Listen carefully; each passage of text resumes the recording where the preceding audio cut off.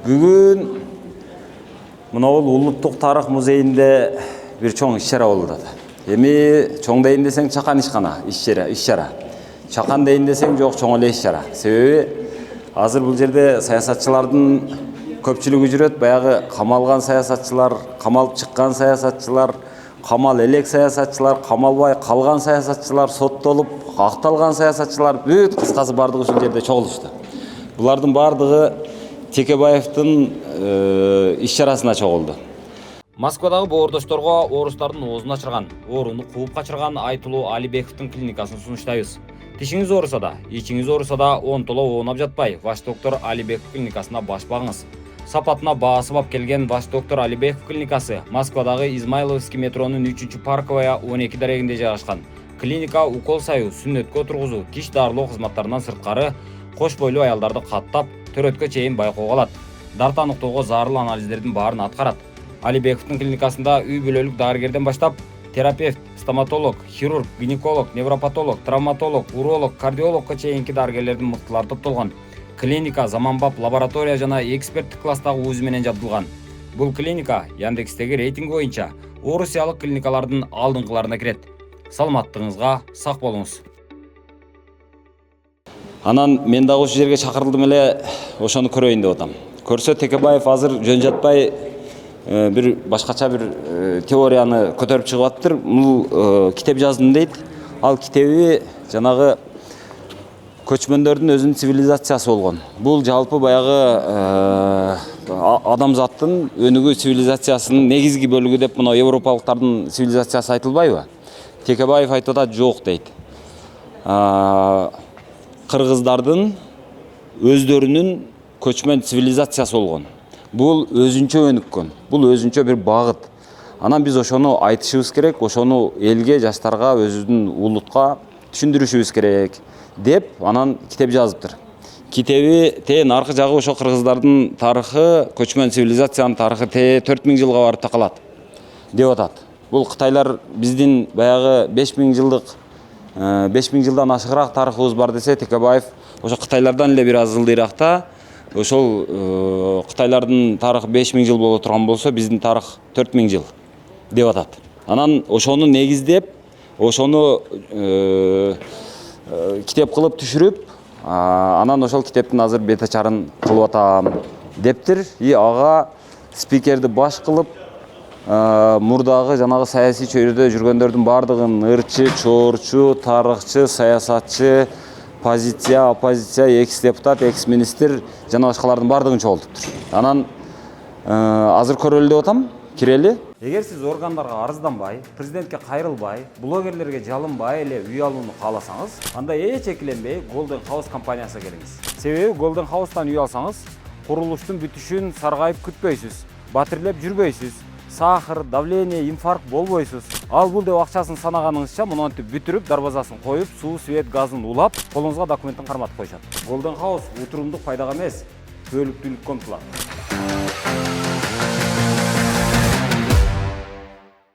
Өзү негизи чын-чынына келгенде мындай болуп атат азыр. Тажикстанда тажик бийлиги бүтүндөй жер суаттарын өзгөртүп атат.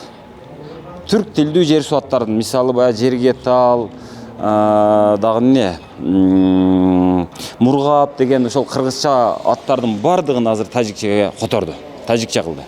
Алар которуп атканда ошол башка тилге, өздөрүнүн фарс тилине буруп аткан учурда, өзгөртүп аткан учурда, алар туура эмес коюлган аттарды тууралаш үчүн, же болбосо стандарттуу эмес жер суаттарын стандартка киргизүү үчүн ушундай кылып атабыз деп негиздешти. Эми казактар болсо айтып атат, биз жанагы Золотая Орда деп коет, Алтын Ордонун мураскери мына бизбиз деп алар айтып атат. Алар өздөрүнүн тарыхын 600 жылга алып барып такап атышат. Анан ошентип аткан маалда азыр Текебаев азыр 600 жыл кеп бекен. Биз деген мына 4000 жылдык тарыхыбыз бар деп ошону далилдейм деп атат. Эми анын бир жагынан алганда азыр бүтүндөй жалпы эле орустарда дагы, казактарда дагы, мынау Азербайжандарда деколонизация деген пайда болуп атат. Андан сырткары ар ким өзүнүн баягы улуттук ойгонуу деген пайда болуп атат. Улуттук аң сезимди кайра бир жандандыруу деген, кайра ошол аң сезимибизди тааныйлы, өзүбүздү тааныйлы деген теория ушул агым күчөгөндүктөн ушул Кыргызстан өзү дагы өзүнүн тарыхын толугураак билиш керек, толугураак ачыш керек, ошону түшүнүш керек деген аракет экен. Assalomu alaykum, кандайсыңар? Саламат. Кандайсыңар? Өмүрбек Текебаевдин кыздары окшойт элеңиз, сиз? Сиз чоң кызысызбы? Чоң кызы жакта турат. Так. Сиз катталабызбы? Атыңызды айтсаңыз? Исаков. Атыңыз?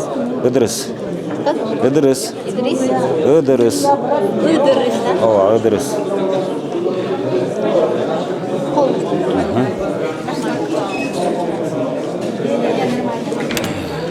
Кече Текебаев өзү айтты эле, мен азыр өзүмдүн кыздарым жардам берет бул иш-чарага деп.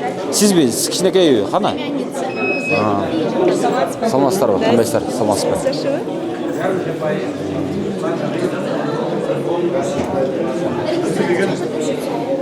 Саламат, кандайсыңар? Тынчсыңарбы? Ошо интерьердо рексация өттүңүзбү? Ооба, Китеп барбы бул жакта?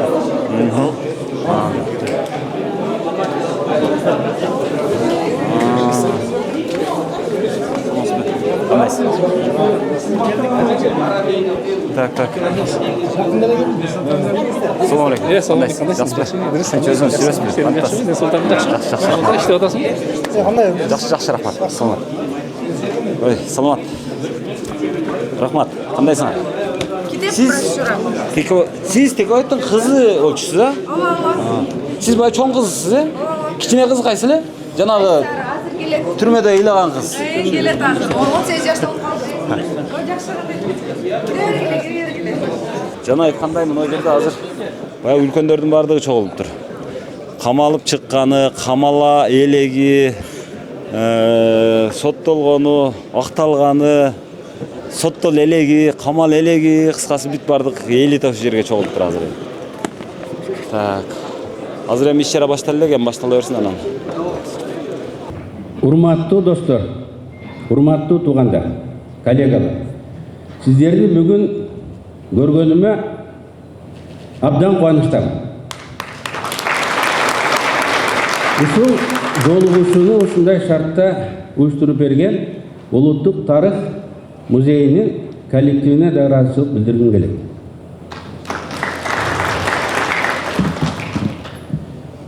Биз бүгүн сиздер аркылуу илимий жана жалпы эле коомчулукка жаңы китепти сунуш кылып жатабыз. Бул жөн эле китеп эмес, бул жаңы көз караш, жаңы концепция.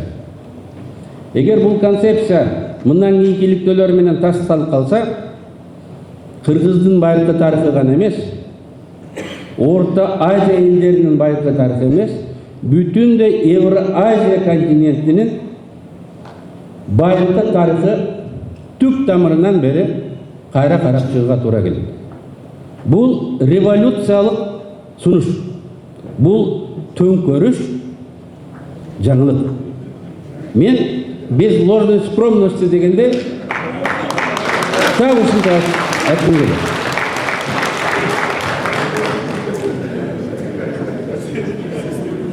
Эмне үчүн мындай чоң ачылыш бүгүн жасалып отурат? Эмне үчүн мындай чоң ачылыш бүгүн жасалып отурат? Эмне үчүн аны Текебаев менен Чороев, бир экономист, экинчи физик алар ачтык деп жарыялап жатат? Бүгүнкү күнгө чейин акыркы 20-30 жылда өзгөчө эбегейсиз жаңы фактылар жыйналды. Археологияда, өзгөчө археогенетикада, радиоуглеродный датирование дегенде, изотоптук геохимиялык иликтөөлөрдө, металлургия, климатология деген илимдер эбегейсиз массив жыйнады. Алар үйүлүп жатат. Бирок ал адистер таланттуу адистер, фанатик специалисттер. Бирок алар өзүнүн участогун гана көрөт. Алар өз участогунда мыкты. Бирок алар мыкты эле эмес, өз участогунун туткуну. Башка жакты көрө албайт, ошол эле жерди көрөт. Жалпы картинаны көрүш үчүн, чачылып жаткан элементтерди жыйнап, пазл жыйнап бир картинаны көрүш үчүн балким сырттан башкача көз караштагы адам керек болот. Менделеев химиялык элементтердин мезгилдүү таблицасын ачкан. Бирок ал бир элемент ачкан эмес, элементти башкалар ачкан. Ал көрдү, ар бир элементтин ортосундагы мыйзам ченемдүү байланыштарын ачты. Дарвин өсүмдүктөр менен жаныбарлардын бардык түрүн ачкан эмес, гербарийлерден көрдү, музейден көрдү, аяк-бияктан көрдү, бирок ал мыйзам ченемдүүлүктү байкады. Илим, урматтуу достор, фактыларды гана ачпайт. Фактылар бизге чейин ачылган. Алар талашсыз. Илим фактылардын ортосундагы байланышты, мыйзам ченемдүүлүктү да гана ачат. Анын үчүн кеңирираак карашыбыз керек. Дрондой ол бийигирээк чыгып карашыбыз керек. Анын үчүн өзгөчө ой, балким башкача көз караш керек. Ошондуктан биздин адистигибиз бул учурда минус эмес, мен плюс болуп чыкты го деп ойлойм.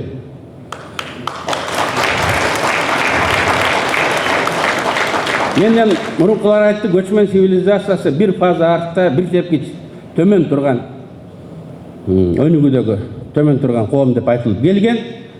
Бул догма.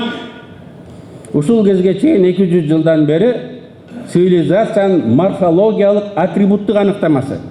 Бул сырткы белгилери, үй болуш керек, чеп болуш керек, арык болуш керек, жазуусу болуш керек, бюрократиясы болуш керек деген белгилерди аныктап келген. Ал аныктама боюнча көчмөндөр цивилизация болмок эмес. Анткени ал элементтердин бааралары жок. Бирок бүгүн альтернативалык татаал коомдор деген түшүнүк келди. Көчмөн цивилизациясы бул башкача цивилизация. Ал сетевой принцип менен түзүлгөн. Горизонталдуу коом. Отурукташкан элдерде территория централизация орунга элесе, көчмөндөрдө ат главный ролду ээлеген. Бүгүнкү электромагниттик толкунду цифр интернет менен телевиденияны ат аныктаган. Ат аркылуу миңдеген километрлерди алар башкарып турган. Ошондуктан биздин китептин атында ат турат. Ат бул транспорт эмес. Ат бул биринчи кезекте коммуникация каражаты, коммуникациянын ылдамдыгын билдирет. Ошентип биз цивилизация деген түшүнүккө мен түп тамырынан бери алмаштырганыбыз жок. Биз түп тамырынан бери көчмөн цивилизациясын пайдаландык. Өткөн кылымдын 50-жылдарынан баштап цивилизациянын системалык функционалдык аныктамасын берген экен. Бизге чейин эле. Бирок аны көчмөн цивилизациясына колдонбой, отурукташкан цивилизацияга эле колдоно бериптир. Бизге биз ссылка кылган окумуштуулар, орус окумуштуулары. Вождество деген, супер вождество деген түшүнүктү киргизиптир. Бул вождество дегенде америкалык окумуштуу өткөн кылымдын 50-жылдары Полинезия деген островдогу элдер үчүн аныктаган экен. Изоляцияда алган өзүнчө кичинекей племяларга вождество деп атаган экен. Түндүк Америкадагы индеецтердин тиги өзүнчө урууларын түшүндүргөн ошолорго ушундай аныктама берген экен. Биз ошол азырга чейин вождество болуп жүрөбүз. Цивилизация деп айткан жок. Супер вождество деп койду. Эми силер кыйыныраак экенсиңер. Көбүрөөк экенсиңер деп койду. Сапаттык деңгээлде башка деңгээлге көтөргөн жок. Биз системалык, функционалдык аныктаманы бүтүндөй көчмөн цивилизациясына, көчмөндөргө колдонуп, көчмөн цивилизациясы бардык талаптарына жооп бере тургандыгын бир-бирден далилдеп көргөздү. Бул таптакыр альтернативалык башкача коом. Мен жана айткандай, бизде ат ылдамдык болсо мобилдүүлүк, аларда тиги централизация болот. Бизде горизонталдык, автономдук, конфедеративдик, ушундай полуавтономдук, толук автономдуу мүчөлөрү болсо, алар бир падышага чектелген территория менен мындай байланып турушкан. Мамлекеттик катчы айтып өттү, көчмөн цивилизациясы деген түшүнүк бар, окумуштуулар айтып келип атат. ЮНЕСКОнун документтеринде да көчмөн цивилизация деген түшүнүк бар. Ал бул китепти ачкан жок. Биз көчмөн цивилизация деген түшүнүктү биринчи биз киргизгенибиз жокпуз. Биринчи биз аны өзүбүзгө пайдаланып атабыз. Ушул кезге чейин көчмөн цивилизациясы дегенде хундардан башталган, же болбосо түндүк жер ортолук деңиздин түндүгүндөгү, Каспийдин түндүгүндөгү скиф деген элдерден башталган. Алар байыркы Иран тилинде сүйлөгөн деп айтышат. ЮНЕСКОнун 94-жылы чыккан сборникинде так ошентип айтылган. Скифтер байыркы Иран тилинде сүйлөгөн, көчмөн цивилизациясы ошолордон башталган деп турат. Бул мындан 2700 жыл мурун. Археологиялык, археогенетикалык табылгалар көчмөн дүнүйөсү андан 1000 жыл мурун башталгандыгын көргөзүп далилдеп турат. Андан 1000 жыл мурун. Биз анан өзүбүз маселе койдук. Кайсы жерде пайда болгон? Пайда болгон жери болуш керек. Качан пайда болгон? Туулгандыгы жөнүндө күбөлүк болуш керек. Эки суроону койдук. Кайсыл жерде, качан деп. Археологиялык, археогенетикалык иликтөөлөр. Төмөнгө территорияны көргөздүк. Мол кызыл элипстин ортосунда Алай, Алато, Тянь-Шань, Алтай. Анан Саян деп турат. Саян деген аталыш орустар келгенде 17-жылында пайда болуптур. Андан мурун ошол тоолордун баары Алтай тоосу деп аталып жүрөт. Саян 17-жылында ошол жергиликтүү бир уруунун атынан эле коюлуп калган. Алай, Алато, Тянь-Шань. Бул өзүнчө микроклиматы бар, географиялык, экологиялык өзгөчөлүгү бар территория экен. Тоо нымда аккумуляция кылат, жыйнайт, өрөөндөрү бар тоонун арасында.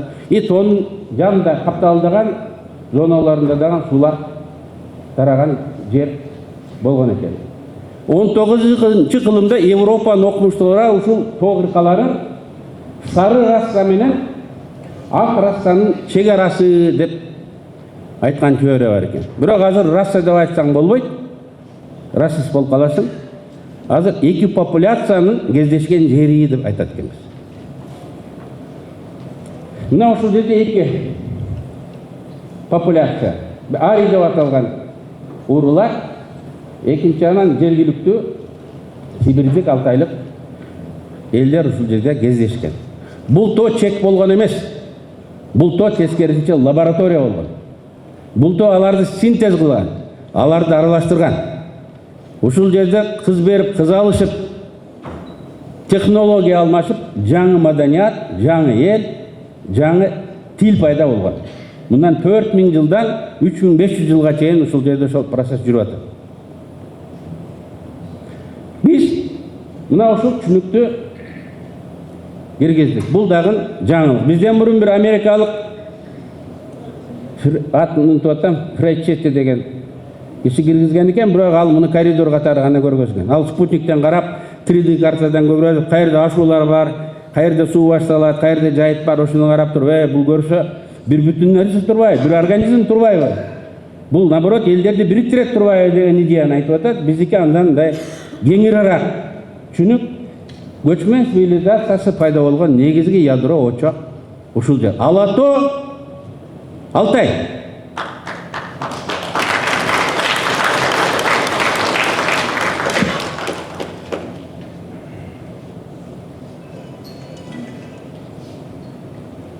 Аны кантип айтып атасың? Кана документ? Жазма кагаз жок да. Азыр тарых ушундай, кагазың болсо айтат да, документ бар адам сүйлөйт дегенде. Азыркы бүгүнкү тарых кагазың болсо гана сүйлөйт экенсиң.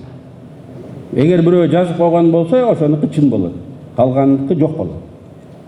Ал кезде чын эле бизде жазуу болгон жок. Бирок археология бар. Эстеликтер сүйлөйт. Мынаке Бугуташ, анан Кыргыз Сур деп коет. Бул кыргыз мүрзөлөрү деген.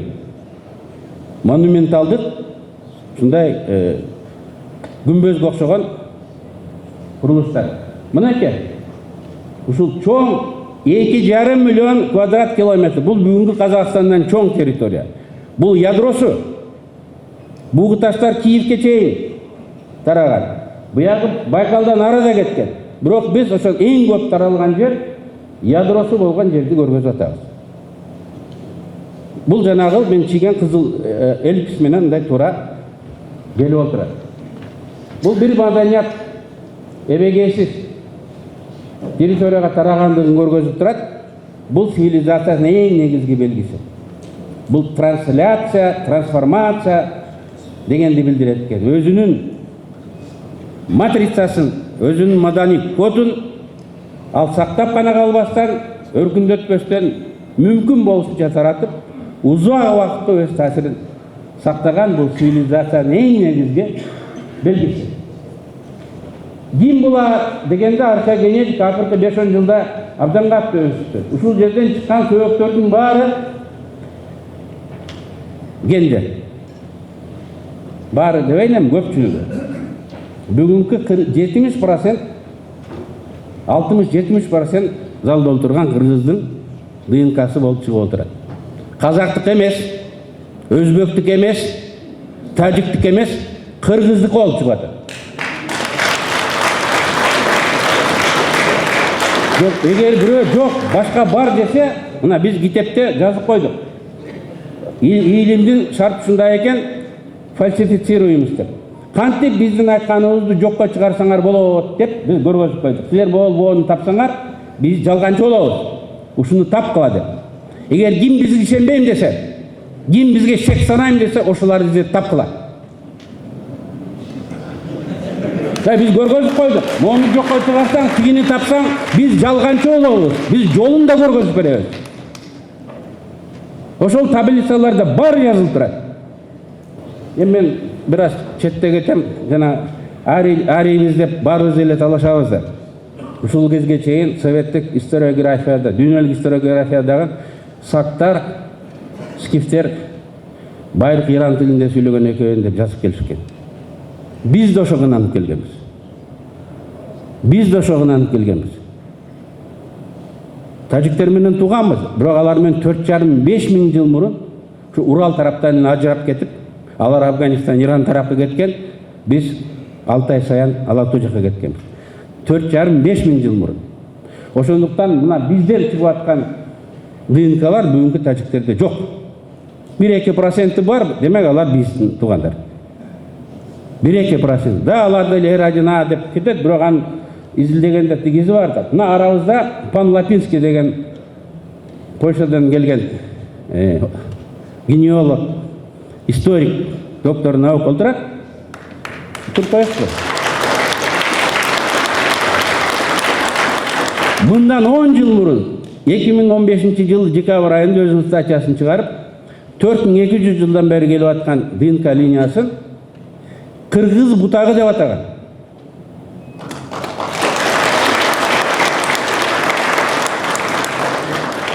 Биздин тарыхыбыздын улуулугун, байыркылыгын коңшулар дүйнөдө эң акыркы болуп мойнуна алат. Бул менин формулам. Бүт дүйнө тааныгандан кийин гана коңшулар ушундай турбайбы деп айласыздан тааныйт. Ошон үчүн биз Лапинский мырзаны, Пан-Лапинскийни бул жака чакырдык. Бул бир европеец, бүгүн ушул кыргыз бутагы деп айтып атат. Биз 10 европеец кылышыбыз керек. Биз 20 американец ошентип айтышыбыз керек. Биздин мамлекеттик саясат ошого багыттабыз керек. Мен Макс Планк институтунда баарына бардым. Барсам обязательно бир казак докторант или казак бир специалист ошол жерде иштеп аткан болот. Назарбаев 30 жылдан бери өзүнүн адистерин өстүрүптүр. Дүйнөдө окутуптур, ошол жерлерге киргизип коюптур. Анан алар ошол жерде статья жазып атат, алар менен кошулуп. Анан Такаев ошондо 200 статья, 200 китеп чыкты. Дүйнөдөгү окумуштуулардын баары тастады деп туруп, анан Алтын Орда биздики деп койду да. Биз да ошондой ыраттуу саясат жүргүзүшүбүз керек. Туруктуу саясат жүргүзүшүбүз керек. Президент Садыр Жапаров колдойм деди. Ушул китепке ал демөөрчү болуп колдоо көргөзүп атат. Эгерде айтты уят кылбай жакшы жазгыла алда ишенген жок мага чамасы. Текебай археолог археогенетик болуп кетти депчи. Анан эгер жакшы уят болбой жазыла турган болсо, мен керек болсо ушун бүтүндөй тарыхты изилдөөгө мындай госпрограмма колдоп беремин деп айтты да. Канчалык бул элге алынат, канчалык аракет этет, биз байыркы тарыхыбызды ушул мамлекеттик деңгээлде, мына мамлекеттик катчы айткандай, мамлекеттик деңгээлде ыраттуу узак мөөнөткө созулган саясат кылып алып барышыбыз керек экен. Эмне үчүн керек? Көп айтат, бүгүнкү күн айтпайсыңарбы? Атабыз улуу болгон деп айтасыңар, бүгүн эмне кылып атабыз депчи.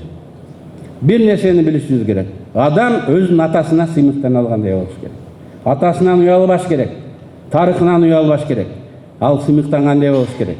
Ал өзүнө ишениш керек. Биз ушундай улуу цивилизация курган элбиз. Байыркы Кытай цивилизациясы менен тең ата болуп сүйлөшкөн элбиз деп айтканда гана ал колунан улуу иштер келет. Өзүнө чоң задачаларды коет. Мотивациясы күчтүү болот. Ошон үчүн бүткүл дүйнө өзүнүн тарыхын, өзгөчө биздин коңшулар өзүнүн тарыхын изилдеп атат. Биз коңшулар менен каршы болбошубуз керек. Ар бирине өз энчисин беришибиз керек. Тажиктер, силер да улуу элсиңер, саманидиңер бар, падышам. Өзбектер, силер да улуу элсиңер, Темирланыңар бар. Казактар, силерден үлкөн элсиңер, Алтын Ордоңор бар. А биз Бугу таштар дүйнөсү, Скиф дүйнөсү биздин абата болот. 1,5 миң жыл империя болуп турган. Анан ар кандай империянын закону бар экен, 1000 жыл, 700 жылдан кийин ал бөлүнүп тарайт экен. Бир туугандар деле мында алыстап кеткенде өзүнчө болуп ур болуп кеткенде ал тарап, анан башка элдер пайда болгон. Биз 3 томдукта так ушуну көргөзөбүз. Балким ал эл башка деп ойлошу, бирок атасын тана албайт. ДНК менен алып барып көргөзөбүз. Атасын тана албайт. Атасы биз болуп чыгабыз.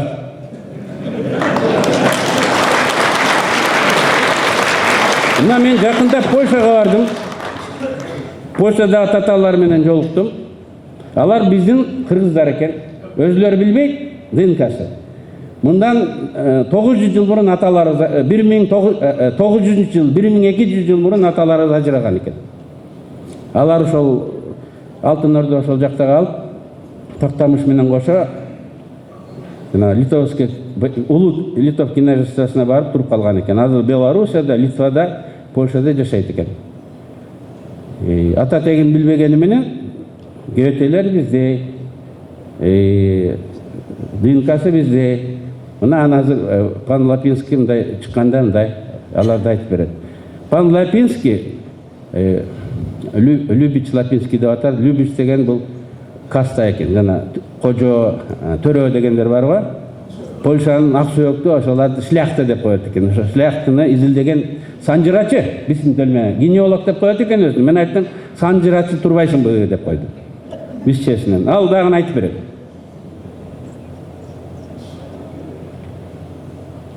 Бұл мен жана айткан монументалдык деген курулуштары.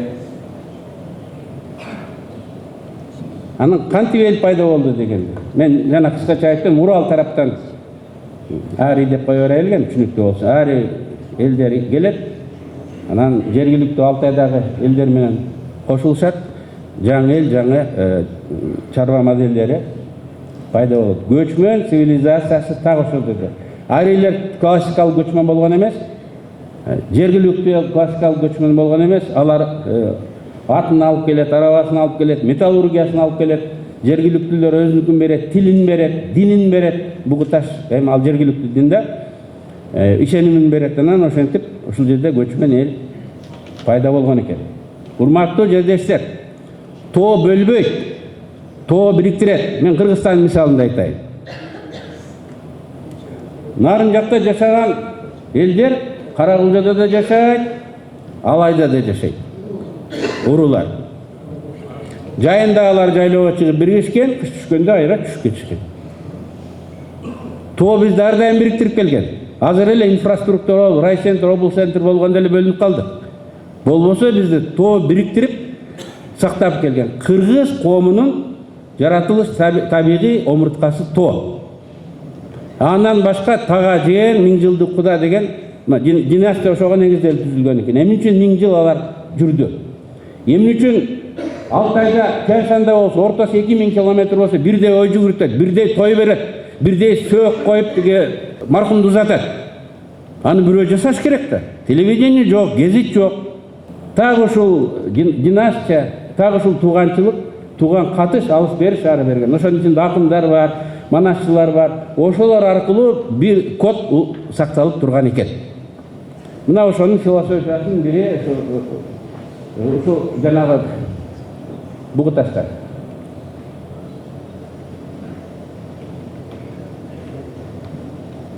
Эми тил жөнүндө айтып коеюн. Тил жөнүндө айтып коеюн. Атта билдирип коесуңарбы? Өзү социолингвистиканын мыйзамы бар экен. Ар түрдүү тилде сүйлөгөн эл бир жерде жайлашып, тыгыз катташып жашап калса, минимум 500 жылда орток тил пайда болот экен. Соода тили, башка административдик тил болуп отуруп, биз баарыбыз орусча сүйлөп кала жазгандай эле орток тил пайда болот экен. Бардык жерде. Ошондо 4000 жыл мурун алар келген болсо, 3500 жыл мурун, тем более 3000 жыл мурун скифтер заманында алар бир тилде сүйлөп калган. Диалектisi болгон, жерлерде кокту колоттар ким өзүнүн диалектисинде сүйлөгөндөр, бирок жалпысынан бир тилде сүйлөп калган. Бул коомдун өнүгүү закон экен. Ал кандай тил болгон? Назыр биз талашабыз, кандай тил болгон? Ал биздин тил болгон. Анткени биз 4000 жылдан бери ушул жерде жашайбыз. Бизден башка адамдын сөөгү чыкпай атса, биз кыргызча сайрап турсак, дагы канча фарси тиги байк иран тилинде или башка тилде сүйлөдү деп ким талаша алат? Анткени анын уландысы болуш керек, мейкиндикте уландысы болуш керек, убакытта уландысы болуш керек. И ошону биз прото-кыргыз тили деп атадык, мындан 3000 жыл мурунку тилди. Скифтер сүйлөгөн тилди прото-кыргыз тили деп атадык. Бирок муну талашкандар көп, кыргыздардын арасынан да чыгат. Ошон үчүн пока гипотеза деп койдук. Муну кошумча мындай иликтеп далилдеш керек. Эми качан пайда болду? Башка дүйнө менен де салыштырып көрүш керек да. 4000 жыл, 3000 жыл деген мындай түшүнүксүз болуп калат да. Бул үстүндө Кытай цивилизациясы. Сия деген эмеден патшадан башталган, элдин тоодо. Шан династиясы, Батышчо династиясы. Эң алгачкы ушул династиялар. Мына биздики Орок синтез менен 500 жыл синтез болгон. Анан жана бугуташтар калыптанып күчүнөт болгон заман.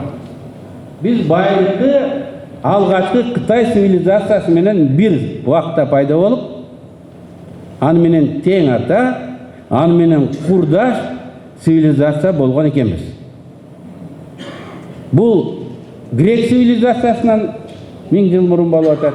Бул Рим цивилизациясынан 1000 жыл болуп атат. Бул жер ортолук цивилизациясынан 1000 жыл мурун болуп турат. Ооба биз таштан жанагындай имараттарды, эмелерди курган эмеспиз, сарайларды. Бирок биз башкача цивилизация болгонбуз. Пространство менен элди башка жолдор менен, башка каражаттар менен башкарган. Бул кызыл элбиз. Ошол көчмөндөр жашаган жер. Бул мындан 3,5 жыл мурунку. Скиф заманында бир аз башкачараак болгон. Бул Шан, анан Батышчо деген эпохадагы 3500-3000 жылдардагы Кытай династиясы. Хуанхэ дарыясынын боюнда. Шан заманында эле алар көчмөндөрдөн буюм терин сатып алышчу экен. Шан заманында жібек жолунан мынау үстү жагынан да келген, сары жол менен да келген, үстү жагынан да келген да архео металлургия деген бар. Кытай мүрзөсүнөн табылган металл буюм изотопно-геохимический метод исследования кылганда кайсы жерден казып алынганын бүгүн аныктап коет экен. Алтайдан казып алынган металл. Göçmөндөр стилинде жасалган бычак. Ошону менен Чжоу династиясы келип, Шан династиясынын башчысын өлтүргөн экен. Кайдан алганы көрүнүп калат да. Аты, арабасы. Изотопно стронций деген метод бар. Адамдын тиш эмалы көп катмарлардан турат экен, жана жыгач таралаганда шакектер чыгат ба? Тишибиз ушундай экен. Кытай императорунун мүрзөсүнөн табылган аттын сөөгү ошол ат каерден төрөлүп, каерде биринчи чөп жегенин аныктап койсо болот экен. Ошону менен аттар ушул жактан барганын, бычактар, арабалар ушул жактан барганын биз эмес, америкалык, европалык окумуштуулар далилдеп отурат. Томдор жазылган. Биз азыр мен айтып аткан сөздөрдү жана Муван дегендин үй тайшынга тиешеси жоктой болуп көрүнөт. Эки эле барак экен деп атпайбызбы? Жанагы эменин ошого тиешеси бар. Аттын стронций менен изилдегенде Алтайдан келген аттын. Алтайдан келген бычактын ошого тиешеси бар. Бул эки цивилизация бир заманда гана болбостон алардын ортосунда карым катыш болгон, алмашышкан, соода кылышкан дегенди билдирет. Göçmön цивилизациясынын авторитети чоң болгон. Кытайлардын салтын эмес, кытайлар göçmöндөрдүн салтын өзүнө алган.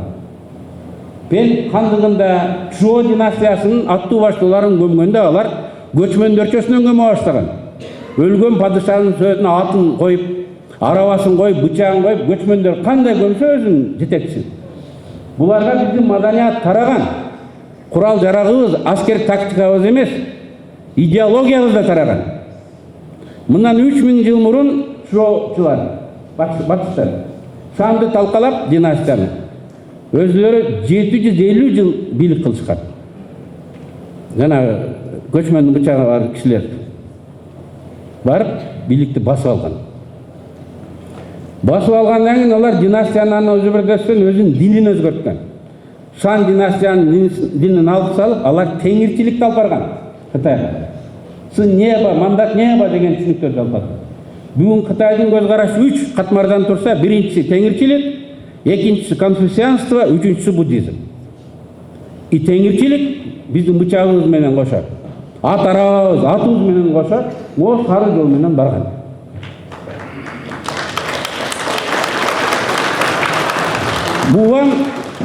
Муван деген падыша, Ван деген падыша деген экен, 3000 жыл мурун бул 5-чи падышасы болот. Чжоу династиясы 750 жыл башкарган. Му 52 жыл башкарган падыша. 10 жыл падыша болгондон кийин менин оюм. Биз Меккеге зиярат кылабыз го. Ал дагы ушул Алтайга зиярат кылат. Ата бабаларыбыз ушулар менен дос болгон экен, курал жарагын башкаларын алган экенбиз, анан бийликке келген экенбиз. Алыс бериш кылып туралы барып көрүп келейинчи десе керек деп мен ушинтип ойлойм. Анан ошол сары жол менен мындай ошол жерге чейин барып келген дейт, 2,5 километр. Барып келген деп айтышат. Ошол жазылып калган. Эми аргумент айта берет, ал кеч жазылды, андай жазылды. Андай болсо бүт байыркы историяны өртөп жибериш керек. Анткени баары Куран эле 12.000, бүгүн биз окуп жүргөн Куран 12-чи кылымда жазылды да. Ке туура эмес айтам да. Кеч жазылды деп дагы өртөп беребиз. Ооз эки айтылып жүргөн Манас эпосы кеч эле жазылды да. Эми ал 20-чы кылымда жазылды, жалган деп Манастан баштатабыз. Мен биреме ошол сары сызыктын ылдый жагында коо турат. Ошону кытайлар Силяншан деп атат экен. Бул Теңиртоо дегенди билдирет. Теңиртоо. Нар жагында мындай коо турат. Бул Тяншан деп аталат. Ал да Теңиртоо дегенди билдирет экен. Көрдүңөрбү? Эки коридор. Кытайларга теңирчилик ошол жактан келгени көрүнүп турбайбы? Теңирди туткан элдерге ошол жол менен бара турганын билген үчүн Гобинин Такламакан деген эки чөл бар. ошонун тоолор кыркаларын берип атпайбы? Тигини да Теңиртөө, муну да Теңиртөө. Кыргыздар да өз алатоосун Теңиртөө деп аташат. Бул топонимика жөн жерден пайда болбойт. Бул миңдеген жылдар сакталат. Ошол Силянчанды уласаң, бияга алтын тоо деп аталат экен, алтын таш. Алтын дегенде эле илгери ушул Теңир менен бирдей эле Алтай дегенде эле примерно ушундай ыйыктоо, бийиктөө, Теңиртөө дегендей эле илгери бир түшүнүктү берген. Эми бул мен гипотеза. Берген болуш керек. Анан Муван келет. Белектерди алмашат кыргыз падышасы менен. Ал бир 3-4 элдин атын жазат, бирок калгандары жок, жалгыз эле кыргыздар калды да. Эми ал уруулардын аттарын жазса керек, лидерлер. Бири ошол Жуан хан деген ошол замандагы экен. Эки иероглиф менен жазылыптыр, ошону Жуан хан деп Ютайшын окуптур да. Орус синологун ишенебизби же Кытай синологун ишенебизби? Кытай синологун ишенебизби? Арслан, орус синологун ишенебиз, мага ишенбегиле, мен синолог эмесмин. Ютайшын окумуштуу эмес, ал Кытайдын академиги. Кытай бүгүн ким? Кытай бүгүн экинин бири. Кытай илим менен технологиянын борбору, экинин бири. Эртең биринчи болот. Кытай айтып отурса биз талашабызбы? Биздин максат жаңы далилдерди табыш. Мен башында айттым, биз гипотеза сунуш кылып атабыз. Ушул кийин тастыкталса деп. Анын үчүн биз биринчи ишенишибиз керек. Советтик эл башыбызды айландырса анын жомогуна ишенбешибиз керек. Мага интервью берет, сиз муну кайдан билдиңиз дейт. Мен муну кичинекей кезимен апамдын сүтү менен алгам. Жомок туккам, уламыш туккам, эпос туккам. Мен Дастан Сарыгуловдон уккам. Эки кыргыздын башы бириккен жерде ушуну сөз кылабыз.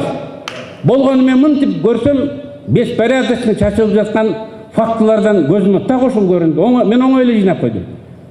Муну башка эл жыйнаш үчүн ал ошол средага мындай внедрить этиш керек. Погружаться этиш керек. А биз ошол среданын адамдарыбыз. Алай, Алатоо, Алтай. Баары бизде бар да. Ошон үчүн бизге жеңил болду. Мен дагы айтам. Ондогон, жүздөгөн фактыларды мен ачкан жокмун. Кубаныч Чораев ачкан жок. Америкалыктар ачты, европалыктар ачты, кытайлыктар ачты. Биз болгон аларды катары коюп, алардын ортосундагы байланыштарды көргөздүк. Ош мыйзам ченемдүүлүктөрдү көргөздүк. Көбүрөөк сүйлөп койсом, кечирим сурайм. Биздин тарыхыбыздын колу сиздердин тарыхыбыздын тагдыры сиздердин колуңуздарда. Биз кандай алып кетсек, башка эл ошого ишенет. Рахмат. Ömürlük Şirkesevичтин алгачкы цивилизациясын археология жана археогенетика темасындагы баяндама менен сахнада Кубан Чороев.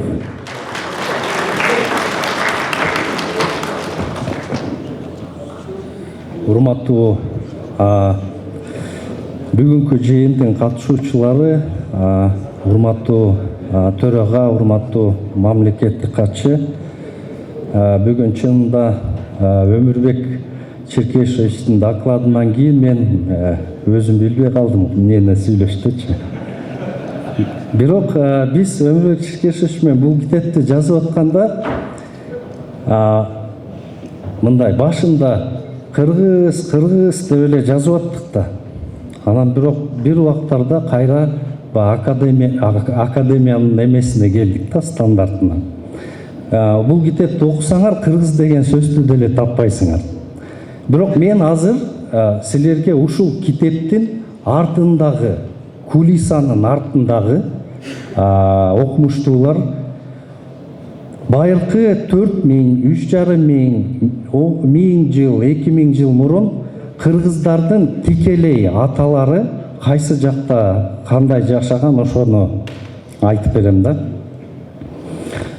Өмүрөт Черкесович биз китепти бүтө элек деле рукописти Россиянын Академия наукунун академиги, бүгүнкү күндөгү бир номер 1 номадолог деп айтсак болот, академик Крадинге жөнөтүп жибериптир да.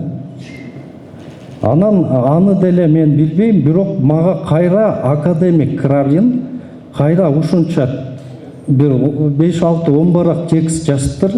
Анан ошол эмеге рукописке пометкаларды коюптур. Анан бир жерде биз жазган жерибиз бар болчу да, азыркы кыргыздар 400 жылдык өзүнүн ата тегин билет депчи. Анан Крадин жазып коюптур ал жерге: ну, было бы хорошо, если бы это вы продемонстрировали. Анан мен суроо койдум да, эмне үчүн Крадин мындай комментарий берип атат? Көрсө 20-кылымда мындай теория үстөмдүк кылат экен да. Жазуусу жок элдерде максимум 4-5 эле аталарын билген. Калган аталарын билген эмес деген. Демек алар кыргыздын генеалогиясы менен эч кандай казак элдеринде, башка элдерде санжыраны биз сүрүштүрөбүз да. Аларда информация болгон эмес да. Анан ошондуктан мен бүгүнкү күнү ошол экспериментти көрсөтүп берген жатам да башында. Маселен,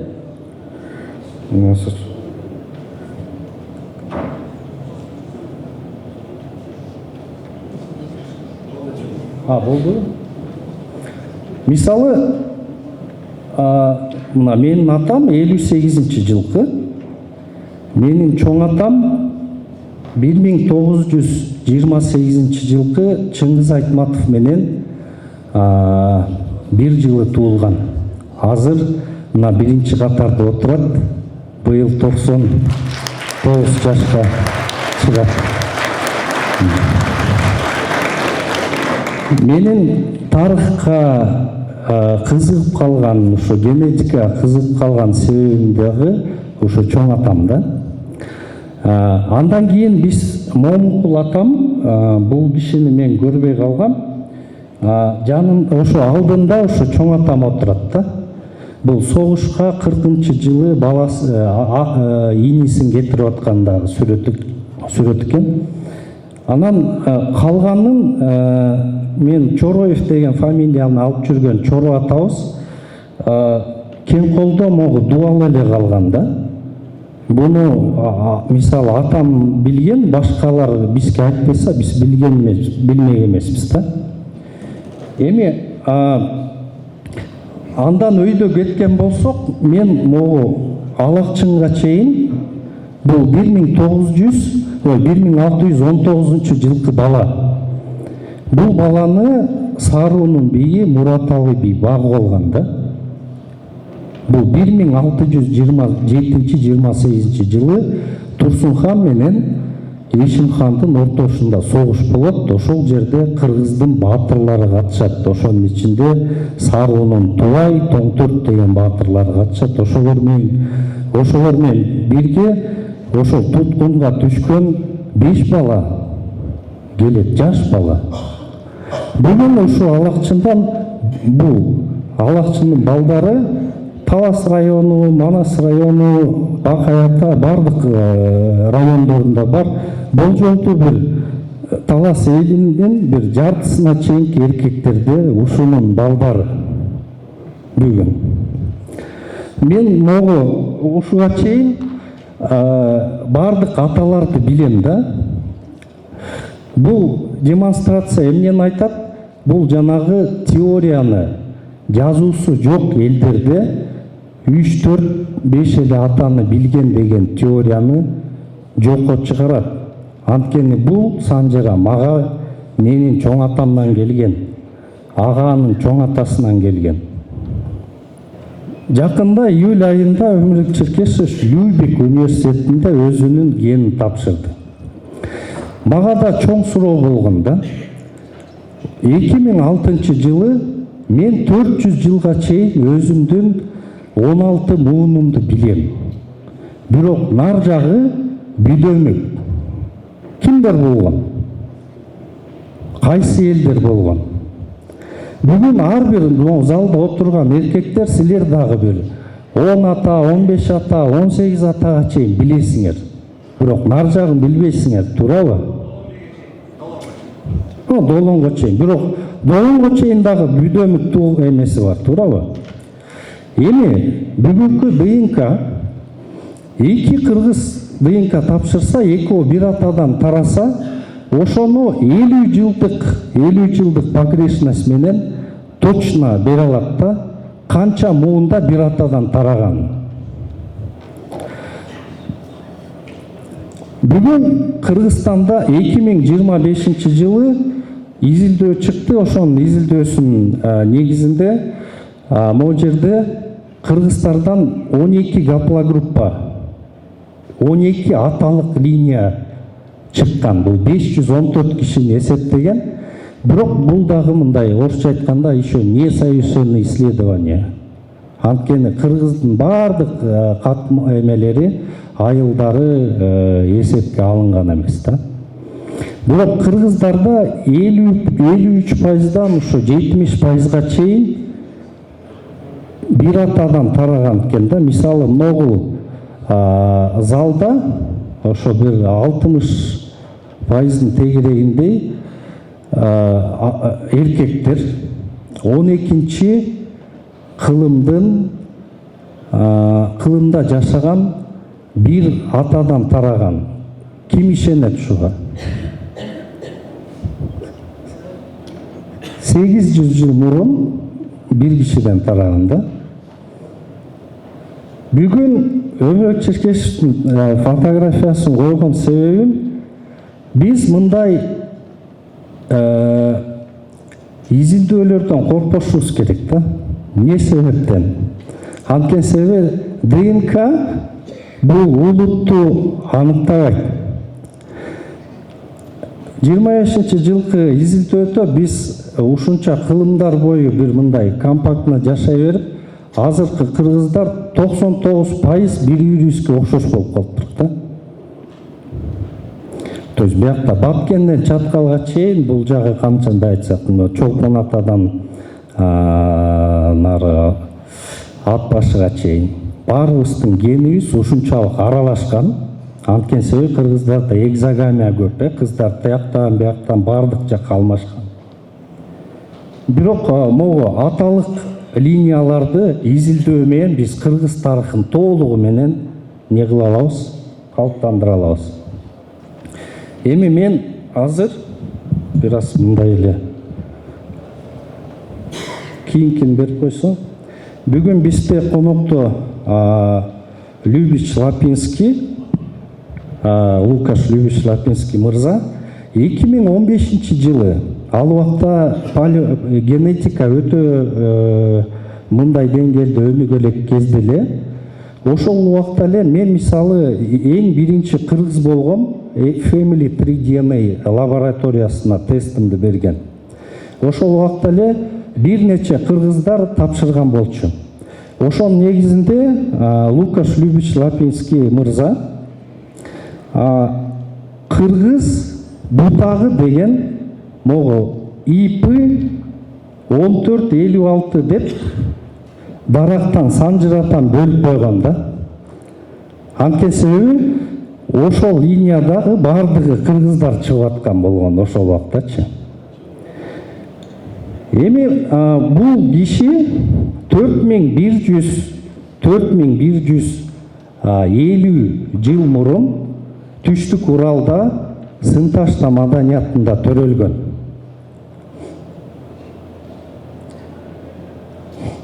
Жанагы айтып аткан Аркайым шаары, эми шаар эмес, ошондой укрепленный город болгондо, бул маданият жана Өмүрбек Черкешевич айтып берди.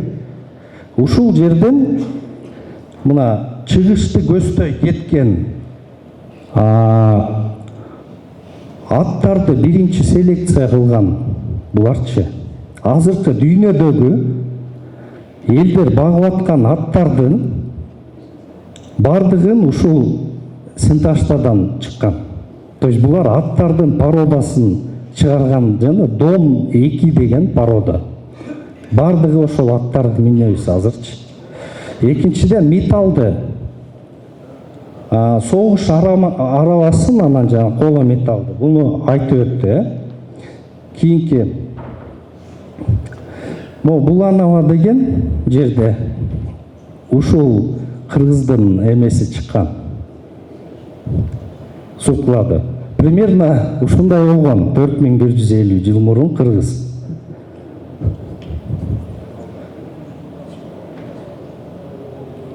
Жана жерде Казакстанда Алтайга жакын Семейдин түштүгүндө Көкен тау деген бар да, Көкөн тоолору. Мына ошол жерде ошол убактагы эки цивилизация десек болот да. Аркайымден келгендер, анан Алтайда жашаган. Алтайда жашагандар Ку деген гапа группадан болот. Алтайда жашагандар алар мал баккан эмес. Алар тоодо деле жашаган. Теке, кийик, бугу ошолорду атып эле балык кармап. Ушундай эл болгон. Алардын ата бабалары Америкага кетип калган индеецтердин менен бир тууган болгон да. Элестетсеңиз, мен китепке Саян Алтайдын индеецтери деп жазайын десем, Өмүрөт Черкешевич кой андай болбойт деп. Бирок бул эмесин бермек да. Кандай десек, ошон сутун берет да. Элестетсеңер, индеецтер только Алтайда. Анан бул жактан жана европалык эмеси менен келатат. Кейпи менен Аркайымдегилер. Анан ошо Көкенде, Көкөн деген не десем, чоң атам айтат, бул Көгөн деген илгери малды көгөндөчү. Ошо көгөндө деген, ошол Көгөн деген ошодон келет депчи. Ушул жерде алтайлыктар жолугаттагы мына ушул жерден мындайча айтканда эң биринчи синтез кыргыз пайда болот. Булар малчыларды тоого вертикальный качеванияга үйрөтөт. То есть булар ошондо кыргыз болот да, вертикальный качевание. Куулар эрдирлерди вертикальный качеванияга үйрөтүп атат да. Индеецтер. Андан кийинки өркөсү. Мына Чандан жанагы Монголияда Өмүрөт Черкешевич силерге бул таштарды көрсөттү. Анын аймактарын көрсөттү. Ошол бул таштарды салдырган кишилер булар кимдер болгон? Ошол Синташтадан мурун келген, мындан 500 жыл мурун Синташтадан келген адамдар салдырган экен да. Херексур бул таштарын. Булардын эмеси кыргыз бутагындагы тети көрдүңүзбү, Чандман ул деген кыргыз бутагыда бул IP1456-ны Пан-Лапинский кыргыз бутагы белгилеп атат. Бул биз белгилеген жокпуз, туурабы? Кийинки эми карасаңар, жанагы эмедеги Аркайымда европеец беле? Аркайымдан келгенден кийин Аржан, бул скифтин цары да, эмеде, Тувада. Аржанда мунун реконструкциясын карасаңыз, индейский окшош бекен. Булар ошол жерде синтез аралашып, ошон үчүн кыргыздардын көбүсүнүн келбетибиз индейстерге окшош. Бул бизге ушу Кугапла группасынан илгертен Саян Алтай тоолорунун, мындайча айтканда, орусча айтканда охотниктерине берилген. Бир эле бул индейстин кебетеси берилбестен бизге негизги биз азыр гипотезаны иштеп атабыз. Өмүрбек Черкешевич менен уникалдуу эмебиз бар. Буну кийинки томдо эметебиз. Булар бизге тилдин өзөгүн дагы бергендиги жөнүндө биз ошол гипотезага токтолуп атабыз да. Биз кыргыз тилинин өзөгүн мына ушул Саян Алтайдагы Кулга группасынын өкүлдөрү берип атат. Андан кийинки бүгүн Казакстанда алтын адам табылган. Бул Астананын музейинде турат, эң бир белгилүү элеке сазы. Ошо элеке сазы ошол кыргыз бутагынын Көбүнчө 1456, андан кийинки мутация 1397, анан 1548 ушинтип келе берет да. Бул адам ошо биздин кыргыздардын, азыркы жашап аткан кыргыздардын 3150 жыл мурун жашаган атасынан тараган бул скиф. Мүмкүн бул скифтин тикелей деле урпагы болушу мүмкүн да. Кийинки берип койсоңор. Могул болсо тасмала деп Казакстандын сары аркасын айтат да. Могу Центральный Казакстан жана Караганда жак Восточный Казакстанда скифтердин эмелери байырлаган. Ошо алтын адамдар жанагы 7-8 эң байыркы скифтер.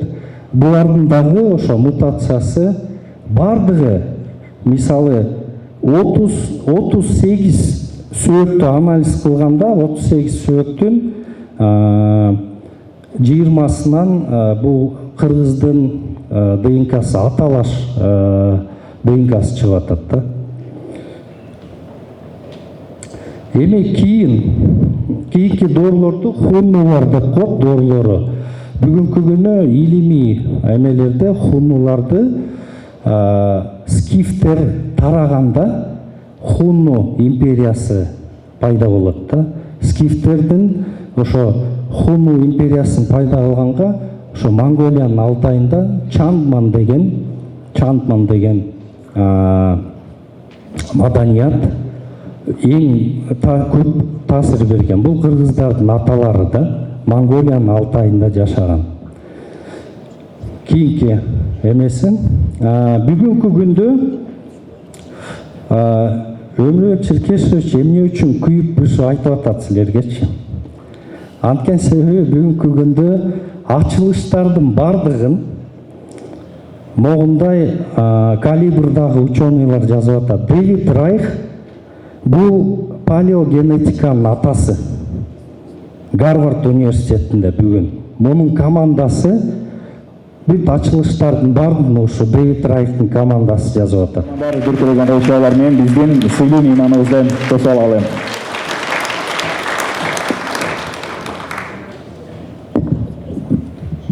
Кошка келиңиздер. Dzień dobry, добрый день.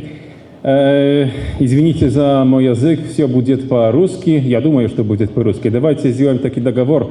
Я буду говорить, мешая слова с польскими, считая, что это русский язык, а вы пробуйте мне понять, хорошо? Как уже говорил господин посол и даже второй автор от книги, все обо мне уже powiedziano i мне надо теперь сделать коротенький доклад об генетике, о чем мы уже рассказывали, что нас будет нравилось и что нам будет нужно до нашего исследования. Вот есть механизм ДНК.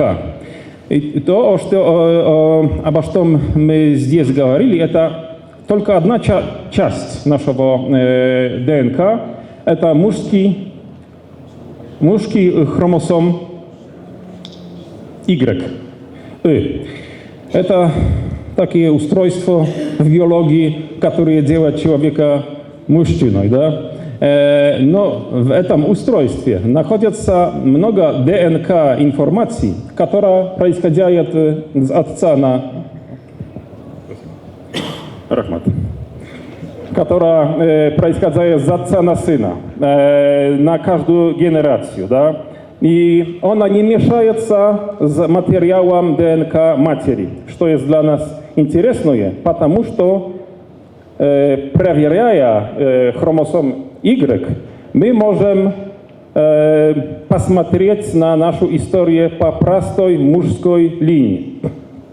Но и так как делаем копию, так само ДНК делает, как, например, мы можем сделать ксерокопию карточки, да? Первая, вторая, третья и сотная карточка. И каждая карточка, каждая наступная копия не есть такая самая, да? Есть что-то меняется. В генеалогии, в генетике мы это будем назвать мутациями. Вот эти мутации происходят в каждом ДНК, но даже в мужском хромосоме, да? Надо мне здесь стрелять, да?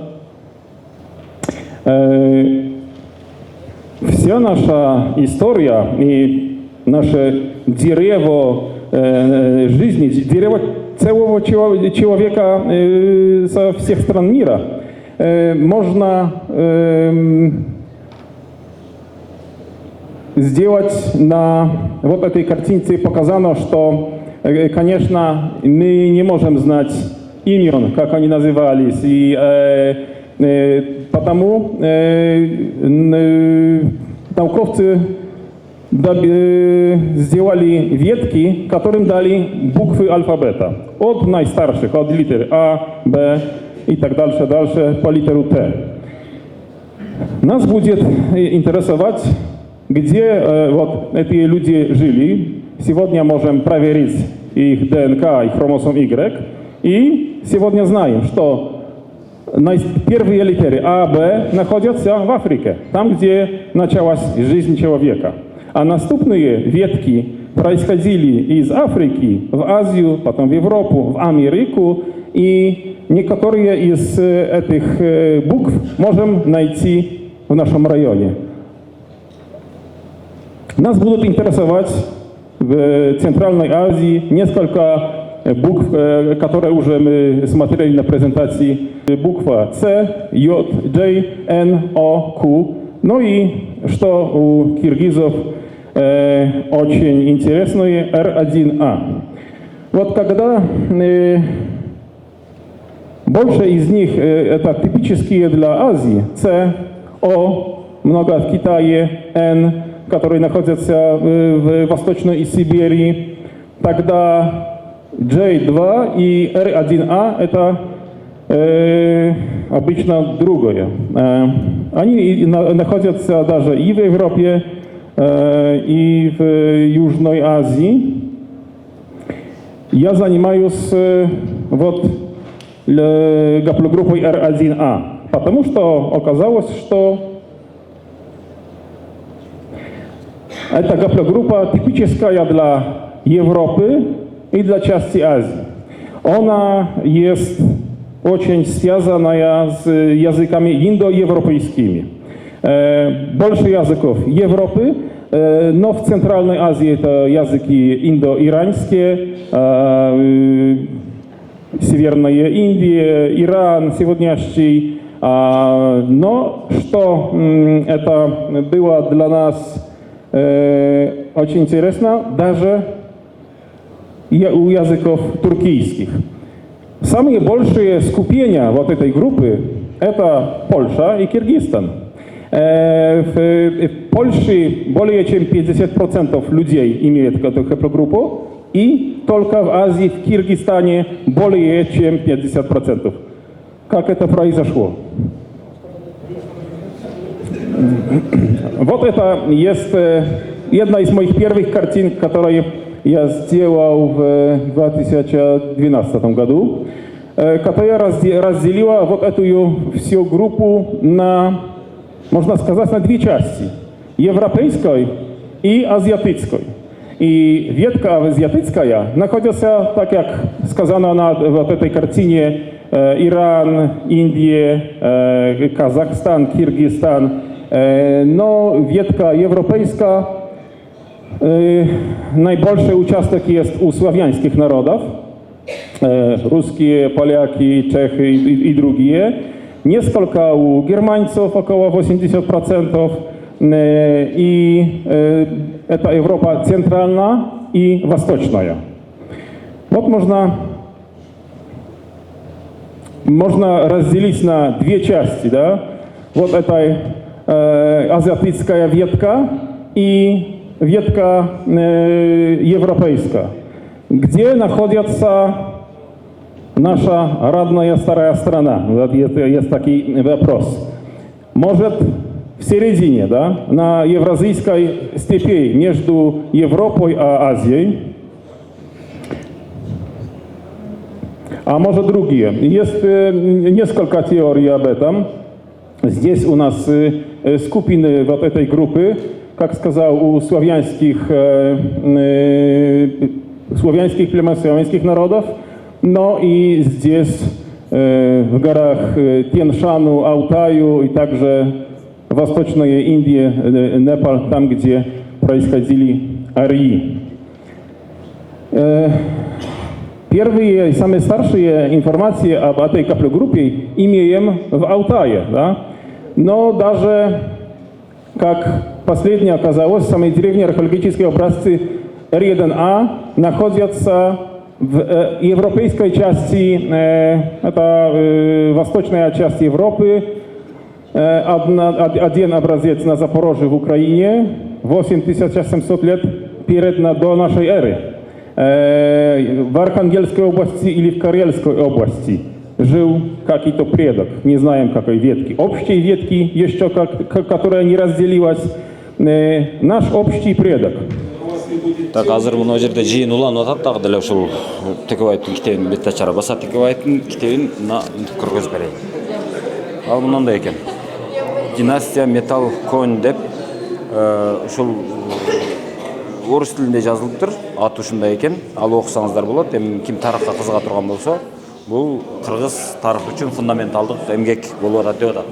Жана мен Текебаевдин өзүнүн сөзүн карасам, ал киши ошол туулганда эле революционер төңкөрүшчү болуп төрөлүп калган окшойт.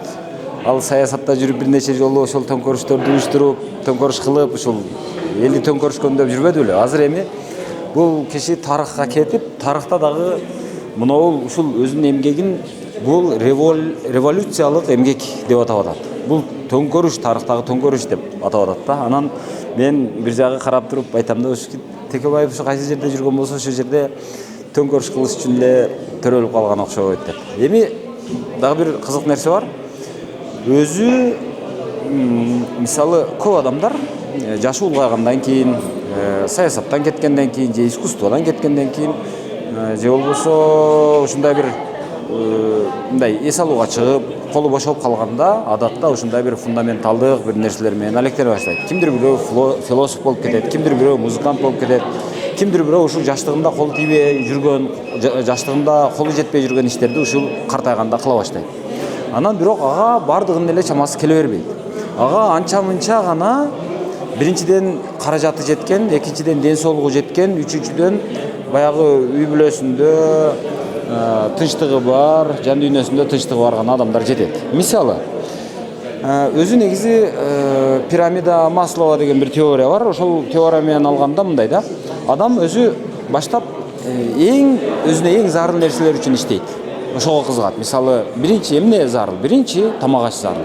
Тамак аш маселесин чечип алгандан кийин кийим кече, комфорт маселеси, үй жай, кызмат деген сыяктуу таасир, ошолордун бардыгынан өтүп алгандан кийин, анан акырында ушу бир 7-8 тепкичинде адам ошол нерселердин бардыгынан баш тартып, мындай көп деле ага кызыкпай, андан наркы фундаменталдык бир нерсеге киришет.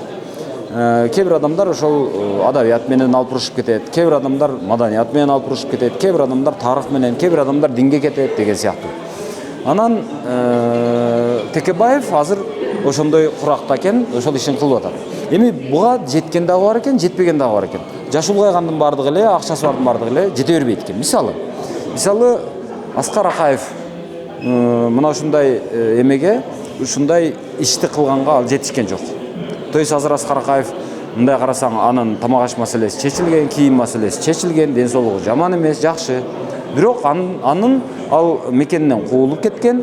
Анан азыр репутация маселеси жол бербейт. Ошон үчүн ал мынага окшогон бир тарыхый ушундай бир китеп жазып, мындай бир өзүнүн ошол фундаменталдык бир изин калтырайын дегенге чамасы келбей отурат. Андан кийинки президент биздеги жанагы Курманбек Бакиев. Бакиев дагы үй мүлкү алынды, өзү куулду. Анын дагы ошол бир жагынан карасаң, мал мүлк маселеси чечилген, ачка эмес, билими бар дегендей. Бирок ал киши дагы ушул мындай бир фундаменталдык бир нерсени ушул эрмектеп, ошону чыгарып, ошону менен алектенип жүргөнгө чамасы жок. Андан кийинки президент ким дейли? Бакиевден кийин Атамбаев. Атамбаевда дагы ошол жок. Себеби Атамбаев дагы куулуп кетти. Сооронбай Жээнбеков мен билбейм, ал менен иши деле жок болсо керек, ал тойлоп эле жүрөт. Анан Отунбаева ушул маселеге жетти деп ойлойм. Отунбаева дагы азыр мисалы өзүнчө фонд ачып, Отунбаева атындагы фонд деп, анан ошондо мисалы бир дүйнөлүк адабияттардан башка чет өлкөлүк адабияттарды кыргызчага котортуп атат, ошол фонд аркылуу бала бакча ачып атат, бала бакчаларды мындай жайлоо бала бакчалары жана башка деп жүрөт. То есть анын иши дагы мындай фундаменталдык иш. Мен ошол президенттерден азыр Садыр Жапаров ошого жетеби жетпей билбейм, бирок Отунбаева жетти. Анан саясатчылардан Текебаев жетти деп ойлойм. Буга чейин Дастан Сарыгулов бир аз ушинтип жүргөн. Жок дегенде азыр биздин көп саясатчыларыбыз керек болсо мындай тарыхый эмгек жазуунары турсун, өзүнүн башынан өткөндөрүн мемуар кылып жазганга дагы жетишпей, ошого дагы чамасы келбей отурат. Ошон үчүн мен бир жагынан айтат элем, Текебаев баары бир мындай бактысы бар экен депчи. Ал саясаттан кеткен менен жөн жатпай, мына окшогон нерселерди кылып, дагы бир тарыхта дагы изим калтырайын. Мурда саясатта изин калтырса, эми тарыхтан дагы изим калтырайын деп жүрөт. Ошого чамасы, дарамети бар экен. Азыр бүгүнкү ушул тарых музейинде өтүп аткан тарыхый иш-чаранын негизги мындай каармандары тарыхчылар эмес. Тарыхый китеп жаздым деген Текебаев, ал өзү физик. Анан анын ассистентимин, соавторумун деген жанагы Кубан Чороев деген ал экономист. Экономист менен физик экөө отуруп азыр тарых китебин жазып атышат. Алар болгондо дагы фундаменталдык эмгек деп атап атышат. Өздөрүнүн эмгегин. Андан сырткары айтып атышат. Бул революциялык эмгек деп атат. Бул төңкөр тарыхта, дүйнөлүк тарыхта бул революция жасай турган эмгек деп атат. Анан эми мен ошодон эле айтам да, тарыхчылар эмне кылып отурасыңар депчи. Кана тарыхчылар. Себеби мындай болду да. Өзү кыргыз тарыхын окусаң, бир жылдары бир жерден бир кыргыздар жөнүндө бир аз айтылат, анан жоголуп кетет. Бир 200 жыл, 300 жыл жоголуп кетип, анан кийин дагы бир жерден чыгат кыргыздар. Анан дагы жоголуп кетет. Бир баягы Барсбек Каган деп бир пайда болот. Анан дагы бир жерде дагы бир пайда болот, ушинтип, мындай жоголуп пайда болуп жүрөт да. Кыргыздын тарыхындагы жазуу ушундай bizde. Анан мен ошону мындай түшүнө албайм. Мынанчанчы жылы буякта болуптур. Ага чейин каякта болгон? Жооп жок. Андан кийин каякта болгон? Жооп жок. А мынчанчы жылы дагы мына жерден пайда болуп калат.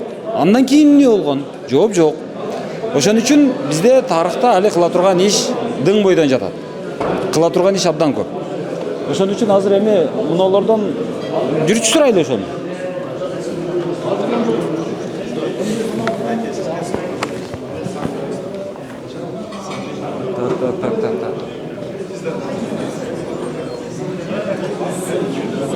Саламатсызбы?